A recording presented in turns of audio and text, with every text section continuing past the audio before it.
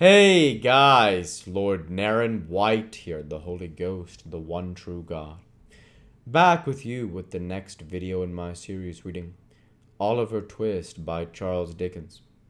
Without further ado, returning to Oliver Twist as read by Lord Naren White. Well, said the doctor, you are a queer fellow.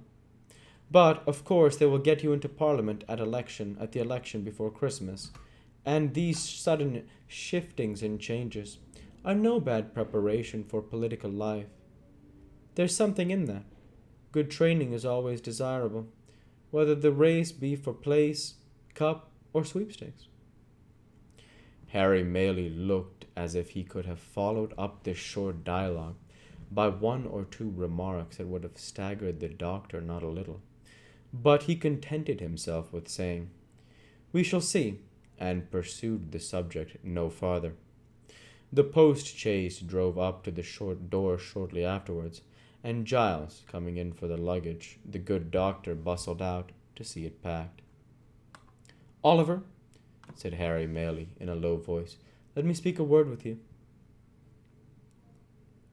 Oliver walked into the window recess to which Mr. Maylie beckoned him, much surprised at the mixture of sadness and boisterous spirits which his whole behaviour displayed. "You can write well now?" said Harry, laying his hand upon his arm. "I hope so, sir," replied Oliver. "I shall not be at home again for some time. I wish you would write to me, say, once a fortnight, every alternate Monday, to the General Post Office in London. Will you?" "Oh, certainly, sir. I shall be proud to do it," exclaimed Oliver, greatly delighted with the commission.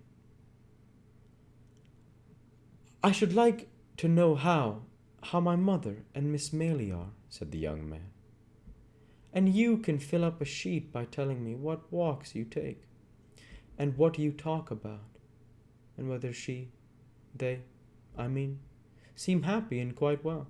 You understand me?" "Oh, quite, sir, quite," replied Oliver. "I would rather you did not mention it to them," said Harry, hurrying over his words, "because it might make my mother anxious to write me oftener, and it is a trouble and worry to her. Let it be a secret between you and me, and mind you tell everything. I depend upon you." Oliver, quite elated and honoured by a sense of his importance, faithfully promised to be secret and explicit in his communications. Mr. Maylie took leave of him, with many assurances of his regard and position. The doctor was in the chaise. Giles, who it had been arranged should be left behind, held the door open in his hand, and the women servants were in the garden, looking on. Harry cast one slight glance at the latticed window and jumped into the carriage. "Drive on," he cried. "Hard, fast, full gallop. Nothing short of flying will keep pace with me today." "Halloa!" cried the doctor, letting down the front glass in a great hurry, and shouting to the postilion, "Something very short of flying will keep pace with me, do you hear?" Jingling and clattering, till distance rendered its noise inaudible, and its rapid progress only perceptible to the eye, the vehicle wound its way along the road, almost hidden in a cloud of dust, now wholly disappearing, and now becoming visible again, as intervening objects or the intricacies of the way permitted. It was not until even the dusty cloud was longer to be seen that the gazers dispersed, and there was one looker-on who remained with eyes upon the spot where the carriage had disappeared, long after it was many miles away, for behind the white curtain, which had shrouded her from view when Harry raised his eyes towards the window, sat Rose herself. "He seems in high spirits and happy," she said at length. "I feared for a time he might be otherwise. I was mistaken. I'm very, very glad." Tears are signs as well as grief, but those which coursed down Rose's face as she sat pensively at the window, still gazing in the same direction, seemed to tell more of sorrow than of joy.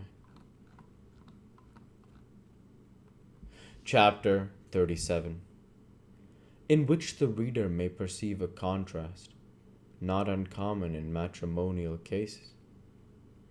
Mr. Bumble sat in the workhouse parlour, with his eyes moodily fixed on the cheerless grate, whence it was summer time. No brighter gleam proceeded than the reflection of certain sickle rays of the sun, which were sent back from its cold and shining surface. A paper fly cage dangled from the ceiling, to which he occasionally raised his eyes in gloomy thought, and as the heedless insects hovered round the gaudy network, Mr. Bumble would heave a deep sigh, while a more gloomy shadow overspread his countenance. Mr. Bumble was meditating. It might be that the insects brought to mind some painful messages and passage in his own past life. Nor was Mr. Bumble's gloom the only thing that calculated to awaken a pleasing melancholy in the bosom of a spectator. There were not wanting other appearances, and those closely connected with his own person, which announced that a great change had taken place in the position of his affairs.